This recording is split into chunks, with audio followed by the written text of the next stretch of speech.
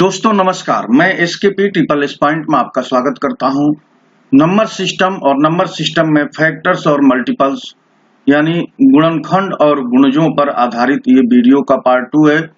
Video के part 1 में हम लोगों ने ये सीखा था कि फैक्टर्स और मल्टीपल्स में क्या अंतर होते हैं, फैक्टर्स की प्रॉपर्टीज क्या हैं और एक्चुअली फैक्टर होता क्या है और इसका किस तरह से हम यूज करेंगे। आज फैक्टर्स के बारे में हम लोग 7 चीजें सीखने वाले हैं, जिसमें गुणनखंडों की संख्या कैसे प्राप्त करेंगे, विषम गुणनखंडों की संख्या कैसे निकालेंगे, सम गुणनखंडों की संख्या कैसे निकालेंगे, अभाज्य गुणनखंड क्या होते हैं, भाज्य गुणनखंडों की संख्या कैसे निकालेंगे, पूर्ण वर्ग गुणनखंडों की संख्या कैसे निकालेंगे और पूर्ण घन गुणनखंडों की संख्या कैसे निकालेंगे। तो आइए अब हम लोग बारी बारी से इन पर बात करते हैं और देखते हैं कि इसे निकालने का सबसे बेस्ट तरीका क्या है, इसका मेन कॉन्सेप्ट क्या है। तो एक एग्जांपल से मैं आपको बताता हूं कि मान लीजिए कि 24 एक संख्या है, तो 24 को कौन कौन संख्याएं डिवाइड कर सकती हैं। तो 24 को 1, 2, 3, 4, 6, 8, 12 और खुद 24। तो 24 को इतनी संख्याएं विभाजित कर सकती हैं और ये कुल संख्याएं कितनी है, देखिए 1, 2, 3, 4, 5, 6, 7, 8। तो कुल इनको गुणनखंड कहेंगे। कुल गुणनखंडों की संख्या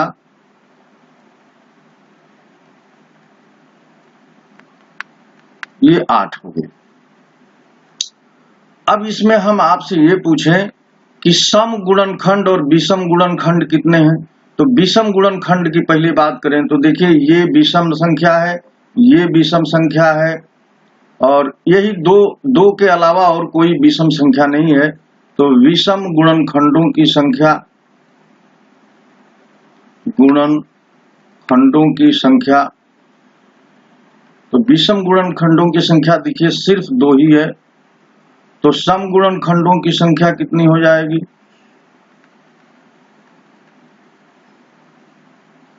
तो सम गुणनखंडों की संख्या हो जाएगी, देखिए कुल 8 है, 2 निकल गए तो 6 बचे और यहां से देख लीजिए 1, 2, 3, 4, 5 और 6। अब मैं कहूं कि अभाज्य गुणनखंड कितने हैं,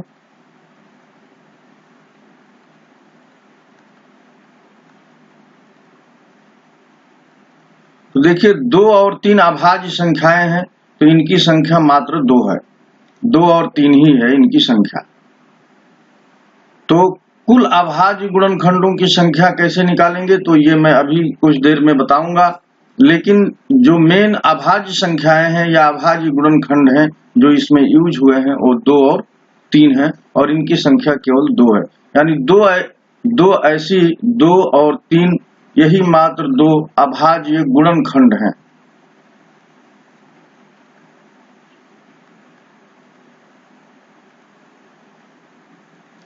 अब देखिए यहीं से एक बात और निकलेगी कि कंपोजिट यानी भाज्य गुणनखंड कितने हैं।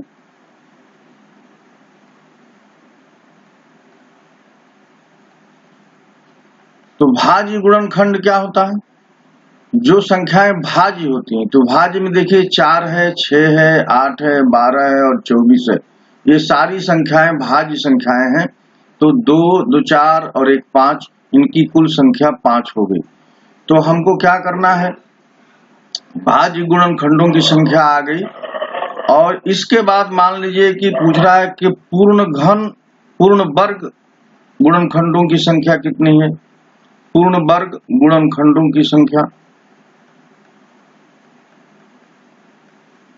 तो यहां पर जो गुणनखंड हमको मिल रहे हैं इसमें देखेंगे कि कौन कौन संख्याएं परफेक्ट स्क्वायर हैं यानी पूर्ण वर्ग है। तो देखिए ये 4 एक ऐसी संख्या है जो पूर्ण वर्ग है, बाकी कोई इसमें पूर्ण वर्ग अब संख्या नहीं दिख रही है, तो इसको हम 1 कह देंगे। पूर्ण घन गुणनखंडों की संख्या, तो पूर्ण घन गुणनखंडों की संख्या यहां पर देखिए कितनी है, तो केवल मात्र 8 एक ऐसी संख्या है जो पूर्ण घन है। 8 को छोड़कर कोई भी संख्या ऐसी नहीं है जो पूर्ण घन है, तो हम इसकी भी संख्या 1 लिख देंगे। तो देखिए इतनी चीजों को हम पा लिए, जो कि यहाँ पर मैंने आपसे दिखाया था कि ये कुल कितनी चीजें हैं। तो देखिए कुल गुणनखंडों की संख्या, विषम गुणनखंड, सम गुणनखंड, अभाज्य गुणनखंड, भाज्य गुणनखंड, पूर्ण वर्ग गुणनखंड और पूर्ण घन गुणनखंड, ये 7 इंफॉर्मेशन जो है हम 24 के माध्यम से यानी इस एग्जाम्पल के थ्रू हमने प्राप्त कर लिया। आइए एक और एग्जाम्पल लेते हैं और आपसे बात करते हैं। तो एक और एग्जाम्पल से हम लोग चीजों को समझें। तो अब हम यहाँ पर 36 ले लेते हैं। तो 36 के देखते हैं कि 36 को कौन कौन संख्याएं डिवाइड करती हैं। तो 36 को 1 डिवाइड करेगा, 2, 3, 4, 6, 9, 12, 18 और खुद 36। तो इसके गुणनखंडों की संख्या देखिए कितनी आ गई, 1, 2, 3, 4, 5, 6, 7, 8, 9। तो कुल गुणनखंडों की संख्या आ गई 9। कुल गुणनखंड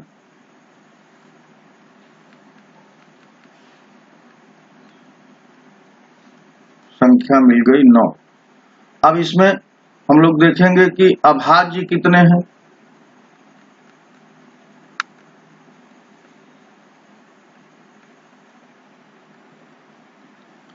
तो अभाज्य गुणनखंड देखिए यहाँ पर 2 और 3 है और कोई संख्या अभाज्य नहीं है, तो ये 2 हैं केवल। इसके बाद आएगा भाज्य गुणनखंड।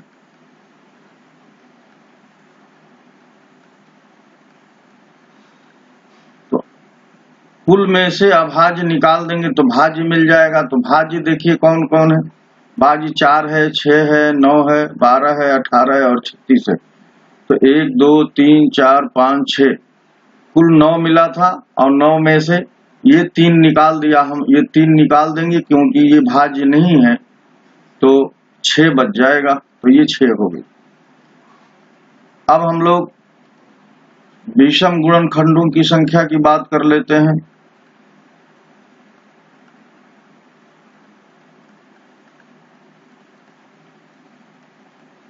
तो विषम गुणनखंड यहाँ पर देखिए, यहाँ पर 1 है, 3 है, 9 है।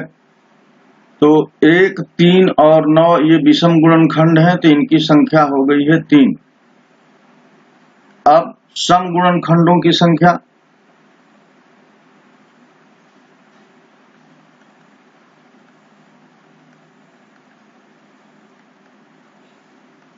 तो सम गुणनखंडों की संख्या देखिए यहाँ पर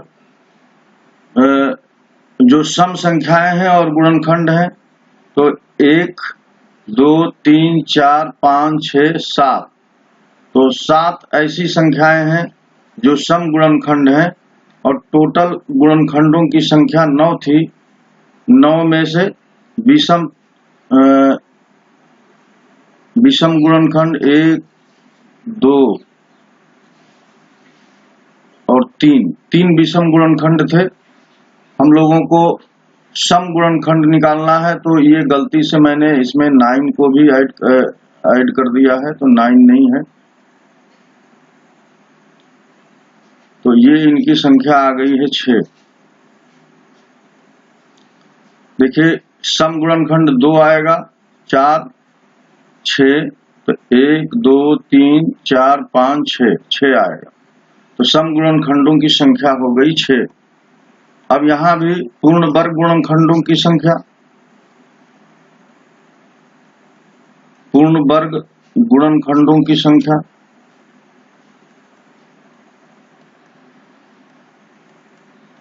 तो पूर्ण वर्ग वाली संख्याएं देखिए कौन कौन है। तो पूर्ण वर्ग वाली संख्याएं 4 है, 9 है और 36 है। ये संख्याएं ऐसी हैं जो पूर्ण वर्ग हैं, 4, 9 और 36। तो इनकी संख्या हो गई 3। और पूर्ण घन संख्या की बात करेंगे,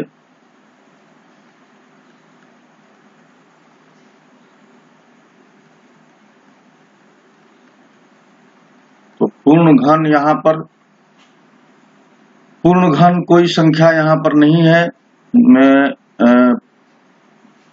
पूर्ण घन संख्या में यहाँ पर आप 1 को ले सकते हैं, लेकिन यहाँ उस तरह की संख्या 1 तो सभी का है, तो आप 1 कह सकते हैं कि 1 है, लेकिन 8 इसमें नहीं है। और 8 के बाद पूर्ण घन संख्या जो है फिर आपको बड़ी संख्या मिलती है, तो यहाँ पर वो संख्या दिखाई नहीं दे रही है। तो इस प्रकार से हम लोगों ने ये देखा कि इतनी इंफॉर्मेशन हम एक संख्या के फैक्टर्स से ले सकते हैं। अब चूंकि 36 को इस तरह से निकालना, और मान लीजिए कि हमको अब एक बड़ी संख्या मिल जाए, हमको एक संख्या मिल जाए कि 720 के सारे ये फैक्टर्स हमको पता करिए या बताइए। तो जो तरीका ऊपर वाला है, इस तरीके से हम 720 का निकालने लगेंगे तो काफी टाइम टेकिंग हो जाएगा। तो हम लोग एक दूसरा तरीका यहाँ पर, दूसरा मेथड यूज करेंगे, दूसरा कॉन्सेप्ट यूज करेंगे, और उस कॉन्सेप्ट के थ्रू देखेंगे कि ये बात बहुत आसान हो जाएगी। तो ये कॉन्सेप्ट क्या है? ये कॉन्सेप्ट ये है कि 720 को प्राइम फैक्टराइजेशन यानी अभाज्य गुणनखंडों के गुणनफल के रूप में हम लोग लिखेंगे। तो ये देखिए 8 गुणे 9 गुणे 10, इसको हम अभाज्य गुणनखंडों में तोड़ लेंगे। तो 8 को 2 के पावर 3, 9 को 3 के पावर 2, और यहाँ से 10 को 2 गुणे 5 लिख सकते हैं। अब यहाँ पर 2 का यहाँ एक और पावर मिल जाएगा, तो 2 के पावर 4 इंटू 3 के पावर 2 इंटू 5 के पावर 1। तो 720 को हम लोगों ने अभाज्य गुणनखंडों के प्रोडक्ट के रूप में लिख लिए। यहाँ पर कुल अभाज्य संख्याएं देखिए कितनी है।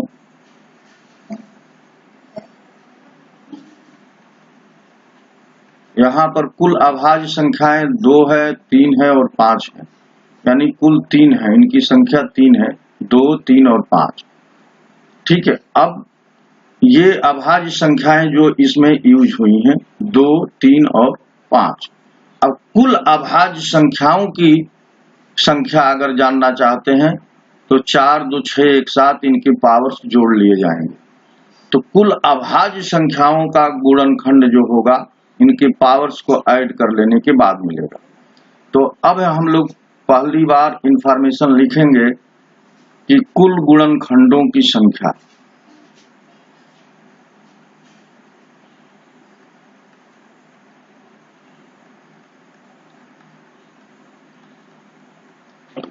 तो कुल गुणनखंडों की संख्या कैसे निकालेंगे? तो ये जो पावर्स इनके हैं, इन पावर्स में 1 ऐड करके गुणा कर देते हैं। तो ये पावर्स देखिए 4 है तो 4 धन 1, 3 का पावर 2 है तो 2 धन 1, और 5 का पावर 1 है तो 1 धन 1। अब इन सबको गुणा कर देंगे तो 4 और 1 5 हो गया, 2 और 1 3 हो गया, और ये 2 हो गया। तो 5 तिहाई 15 गुनी 30। तो 720 के कुल टोटल जो गुणनखंड मिलेंगे उनकी संख्या 30 होगी। अब इसमें दूसरी इंफॉर्मेशन है कि विषम गुणनखंड कितने होंगे? तो विषम गुणनखंडों की संख्या।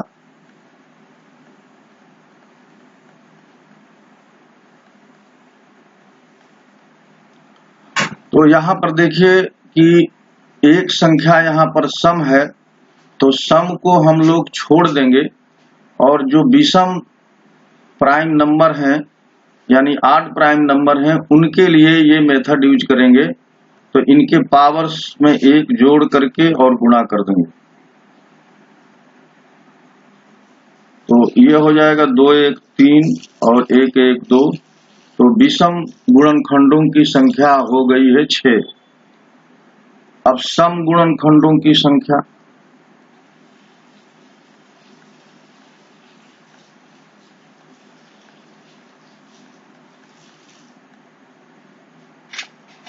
सम गुणनखंडों की संख्या निकालने के लिए कुल गुणनखंडों में से विषम निकाल देंगे तो हमको सम गुणनखंडों की संख्या मिल जाएगी। या यहाँ पर जो पावर लिखा है 2 का, तो 2 चूंकि सम संख्या है तो इस 2 को हम लोग लिख लेते हैं, क्योंकि 2 का जिसमें भी गुणा कर देंगे तो वो सम संख्या मिल जाएगी। तो यहाँ हम लोग सबसे आसान तरीका है कि जो कुल गुणनखंड है उसमें से विषम गुणनखंड की संख्या निकाल देंगे तो कुल 24 गुणनखंड ऐसे मिलेंगे जो सम होंगे।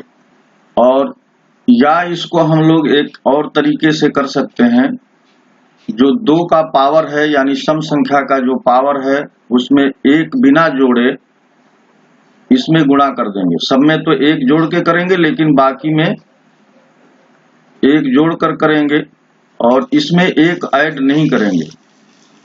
तो ये 4 गुणे 3 गुणे 2, 4 3 12 दूना 24, ये भी एक तरीका है।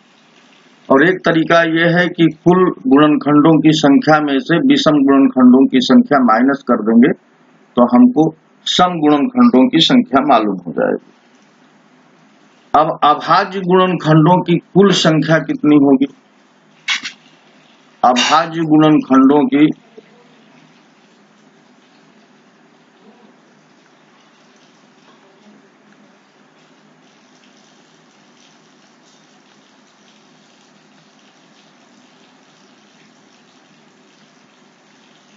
अभाज्य गुणनखंडों की कुल संख्या क्या करते हैं कि जो अभाज्य संख्याओं के पावर हैं, जैसे 2 का पावर 4 है, 3 का पावर 2 है, 5 का पावर 1 है, इसका मतलब कि 2 4 बार यूज हुआ है, 3 2 बार यूज हुआ है और 5 1 बार। तो इनकी टोटल संख्या अगर जानना चाहेंगे तो 4 धन 2 धन 1 यानी इनके पावर जुड़ जाएंगे तो ये कुल 7 हो गई। तो कुल 7 अभाज्य संख्याएं इसमें यूज की गई हैं, यानी उनका मल्टीप्लाई किया गया है। 7 अभाज्य संख्याओं के गुणन से यानी प्रोडक्ट से 720 बना है, लेकिन कुल अभाज्य संख्याओं की संख्या 7 आई है और अभाज्य संख्याओं की संख्या जो है 3 ही है, 2 3 और 5। तो इसमें थोड़ा सा अंतर आपको समझना पड़ेगा। अब 5वां है कि भाज्य अभाज्य भाज्य गुणनखंडों की संख्या।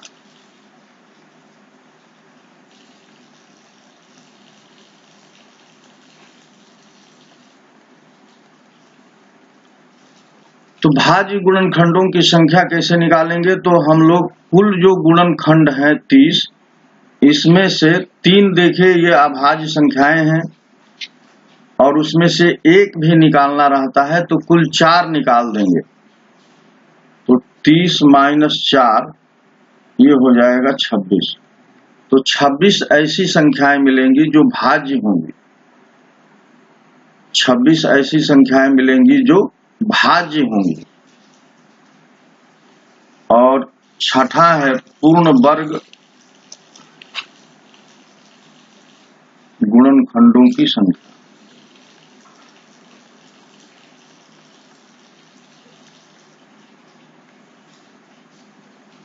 तो इसे निकालने के लिए हमको क्या करना होगा कि पूर्ण वर्ग कोई चीज कब होती है? जब 2 का या जितने यहाँ पर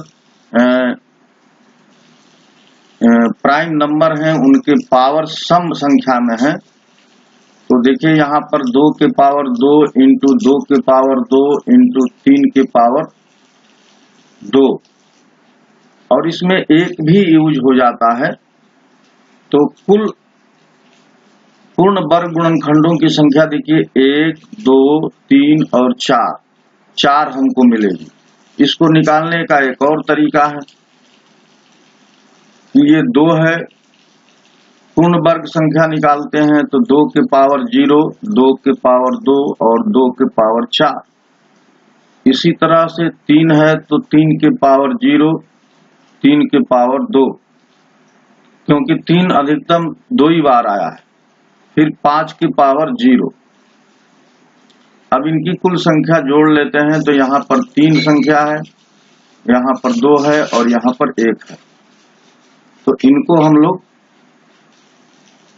यूज कर लेंगे। तो यहां से आपको मिल गया 3 दूना 6, 6 मिल रहा है। तो यहां से भी देखिए ये 4 हैं और इन दोनों के मल्टीप्लाई से भी अलग अलग पूर्ण वर्ग संख्याएं मिलेंगी।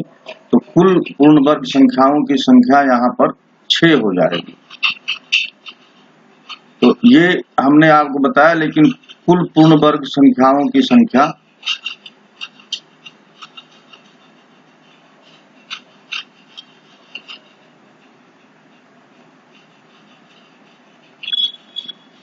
इनको गुणा कर लेंगे तो ये आ गई 3 यहां से मिला, 2 यहां से और 1 यहां से, तो कुल ये 6 संख्या होगी। अब यहाँ पर देखिए इसका हम लोग गुणा करेंगे तो एक पूर्ण वर्ग संख्या मिल जाएगी, और फिर तीनों का एक साथ गुणा करेंगे तो एक पूर्ण वर्ग संख्या मिल जाएगी। तो ये अकेले अकेले लिख करके 4 हो गया, और इसका गुणा करेंगे तो 1 मिल जाएगी, और फिर इन सब का एक गुणा करेंगे तो 1 मिल जाएगी। तो इस तरह से कुल 5-6 पूर्ण वर्ग संख्याएं हमको प्राप्त होंगी। अब पूर्ण घन संख्या की बात अगर करें तो पूर्ण घन संख्या में आप देखेंगे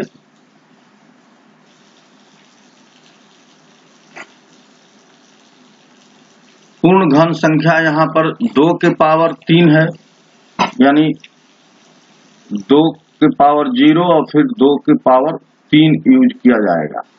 तो इसमें और कोई नहीं है 3 के पावर 0 और 5 के पावर 0, क्योंकि यहाँ पर केवल 2 ही एक ऐसी संख्या है जिसके 3 पावर मिले हैं। तो यहाँ पर 2, यहाँ 1, तो ये कुल मिलाकर के 2। तो 2 पूर्ण घन संख्या मिलेगी जिसमें 1 रहता है और 8 और मिलेगा। तो इस तरह से हम लोगों ने 720 के सारे जो पैरामीटर्स हैं उनको हम लोगों ने निकाल लिया। अब मैं चाहता हूं कि जो ये 36 वाला एग्जाम्पल है इसको करके दिखाऊं ताकि आप इससे तुलना कर सकें। तो आइए हम 36 का करके आपको दिखाते हैं ताकि आप इसकी तुलना कर सकें।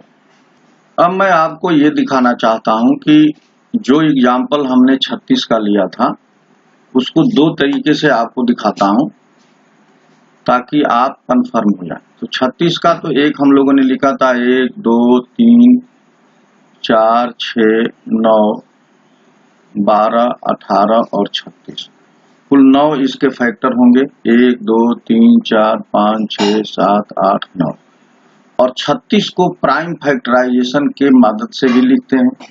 तो 36 को लिख लिए 2 गुणे 2 4, 3 12, 3 36। अब यहाँ पर देखिए 2 के पावर 2 और 3 के पावर 2। तो अब हमको सिर्फ ये वाला यूज करना है, क्योंकि ये वाला जो मेथड है ऊपर वाला ये हम हर जगह यूज नहीं कर पाएंगे, क्योंकि ये काफी टाइम टेकिंग वाला है। बड़ी अगर संख्या मिल जाएगी तो हम उसे सही नहीं कर पाएंगे। तो हमको अब इसकी मदद से ही सारा काम करना है। तो कुल यहाँ पर गुणनखंडों की संख्या कितनी आ जाएगी, कुल फैक्टर्स जो मिलेंगे वो इनके पावर में 1 जोड़ के गुणा कर लेते हैं, यानी 2 + 1, 2 + 1, क्योंकि दोनों में ये पावर जो है ये देखिए पावर 2 है, तो पावर में 1 जोड़ के गुणा कर लेते हैं। तो 2 1 3, यानी 3 गुणे 3 बराबर 9। देखिए 9 इसके फैक्टर हैं और यहाँ भी कुल इनकी संख्या कितनी है, कुल इनकी संख्या है 9, कुल संख्या यहाँ पर 9 है, और 9 हमारे इस मेथड से भी आ गया। अब दूसरा बात है कि विषम गुणनखंडों की संख्या, विषम फैक्टर या ऑड फैक्टर। तो विषम निकालने के लिए क्या करते हैं कि जो विषम सम संख्या है उसको छोड़ देते हैं। तो यहाँ पर प्राइम नंबर जो 2 है वो सम प्राइम नंबर है, तो इसको छोड़ देते हैं। तो केवल एक ही यहाँ पर विषम प्राइम नंबर है जिसका पावर 2 है, तो 2 में 1 जोड़ देंगे तो ये कुल 3 विषम प्राइम नंबर मिलेंगे, फैक्टर मिलेंगे। तो 3 ऑड फैक्टर्स मिलेंगे, और यहाँ पर आप देख लीजिए 1, 3 और 9, यही 3 ऑड फैक्टर्स हैं और यहाँ भी आ गए। अब तीसरा है इवन फैक्टर्स या सम फैक्टर्स। तो इवन फैक्टर्स कैसे निकालेंगे? जो इसका पावर है उसको इसमें गुणा कर लेंगे, तो 2 का गुणा कर लेंगे, 2 गुणे, अब इसमें 1 नहीं जोड़ेंगे, 3 वाले में 1 जोड़ेंगे, 2 + 1, तो 2 × 3 = 6। तो कुल 6 इवन फैक्टर यानी सम गुणनखंड मिले। और यहां से भी आप देख लीजिए 1 2 3 4 5 6 और ये 7 मिल रहा है। तो 7 इसलिए मिल रहा है कि ये चूंकि जो 36 है ये परफेक्ट स्क्वायर है, तो यहाँ परफेक्ट स्क्वायर होने के कारण 1 अधिक मिलता है। अदरवाइज ये परफेक्ट स्क्वायर नहीं रहेगा तो हमको इनके जो सम गुणनखंड है यहीं से मिल जाएंगे। तो 7 मिल रहा है यहाँ, क्योंकि ये जो 36 है ये 6 × 6 हो गया है, तो परफेक्ट स्क्वायर वाली संख्या में 1 गुणनखंड एक्स्ट्रा मिलेगा। तो हम यहाँ पर कुल 7 गुणनखंड लिखेंगे। जो संख्याएं पूर्ण वर्ग नहीं होंगी उनमें यही चीज मिलेगा। यहाँ 1 एक्स्ट्रा मिलता है क्योंकि ये जो परफेक्ट स्क्वायर होता है उसमें गुणनखंडों की संख्या विषम होती है, और अगर परफेक्ट स्क्वायर नहीं है तो कुल गुणनखंडों की संख्या सम होती है। तो यहाँ पर 1 और हम लोग ऐड कर देंगे क्योंकि ये परफेक्ट स्क्वायर हो रहा है, इस कारण से 1 बढ़ गया। चौथी बात हम लोगों ने पढ़ा था कि अभाज्य गुणनखंड कितने हैं, यानी प्राइम फैक्टर्स।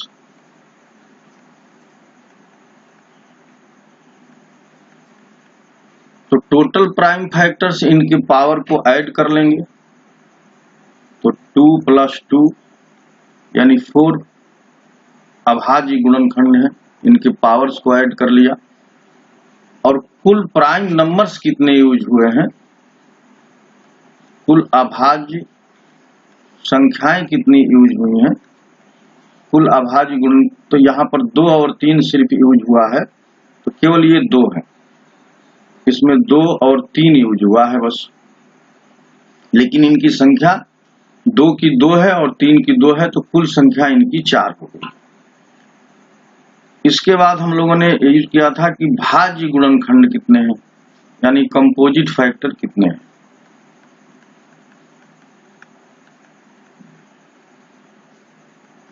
तो कंपोजिट फैक्टर्स निकालने के लिए क्या करेंगे कि जो टोटल फैक्टर्स, तो टोटल फैक्टर देखिए 9 आया है, 9 में से प्राइम निकाल देंगे, तो प्राइम हमको मिला है 2 संख्याएं, और इसमें से 1 भी निकल जाता है, तो कुल 3 निकल गई संख्याएं, तो 6 बचा। तो 6 जो है यहाँ पर आपको मिलेंगे कंपोजिट नंबर। देखिए 4 6 9 12 18 और 36, 1 2 3 4 5 6 जो है यहाँ पर कंपोजिट नंबर मिल गए जो कि यहाँ पर आए हैं। तो इसमें क्या क्या टोटल फैक्टर्स में से कितने प्राइम नंबर यूज हुए हैं वो, और उनमें से 1 और घटा देते हैं क्योंकि 1 जो है न तो प्राइम है और न ही कंपोजिट है, तो ये घटा दिए। तो ये 5वां था। 6वां इसमें था परफेक्ट स्क्वायर।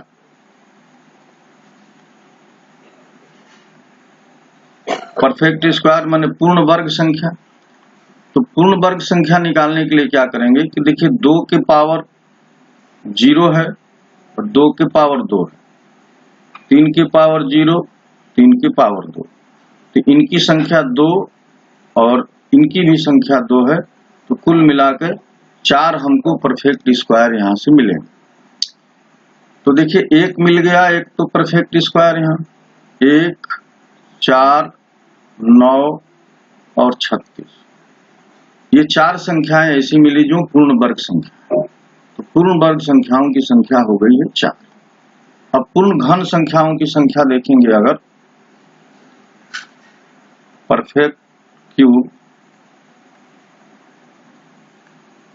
तो पूर्ण घन संख्या यहाँ पर नहीं है, तो इसको भी हम लोग चाहें तो निकाल सकते हैं। 2 के पावर 0 और 2 के पावर क्यूब होना चाहिए, तो क्यूब है नहीं, तो ये लिखेंगे नहीं। और 3 के पावर 0, यहां से 1 केवल फैक्टर मिलेगा, यहां से भी 1, कुल मिलाकर 1, तो पूर्ण घन परफेक्ट क्यूब की जो संख्या होगी फाइनली 1 आएगी, क्योंकि एक ही यानी मात्र एक ऐसी संख्या है जो परफेक्ट क्यूब है, अदरवाइज सारी, और एक तो परफेक्ट स्क्वायर भी है, परफेक्ट क्यूब भी है, तो एक आएगा केवल, और कोई संख्या यहाँ परफेक्ट क्यूब नहीं दिख रही, यानी पूर्ण घन संख्या नहीं दिख रही। तो फ्रेंड्स, आज हम लोगों ने सिर्फ बात ये किया है कि किस तरह से हम लोग इजी मेथड को फॉलो करेंगे और इनको निकालने के तरीके क्या होते हैं, ये अलग अलग जो कुल गुणनखंड, अभाज्य, भाज्य, विषम, सम, ये सब क्या होते हैं और कैसे इन्हें प्राप्त करेंगे। तो इस मेथड से कैसे प्राप्त करेंगे ये पूरा हम लोगों ने सीखा इस वीडियो में। नेक्स्ट वीडियो में हम इस पर अब बेस्ड क्वेश्चंस करेंगे। तो ये वीडियो का पार्ट आपको कैसा लगा जरूर कमेंट करके बताइएगा। इसके पहले वाले वीडियो में यानी पार्ट 2 में हम लोगों ने फैक्टर्स और मल्टीपल्स की विशेषताएं और उनकी डिफिनीशंस, उनके कॉन्सेप्ट पर बात किया है। वीडियो देखने के लिए मित्र आप लोगों को बहुत बहुत धन्यवाद। नमस्कार।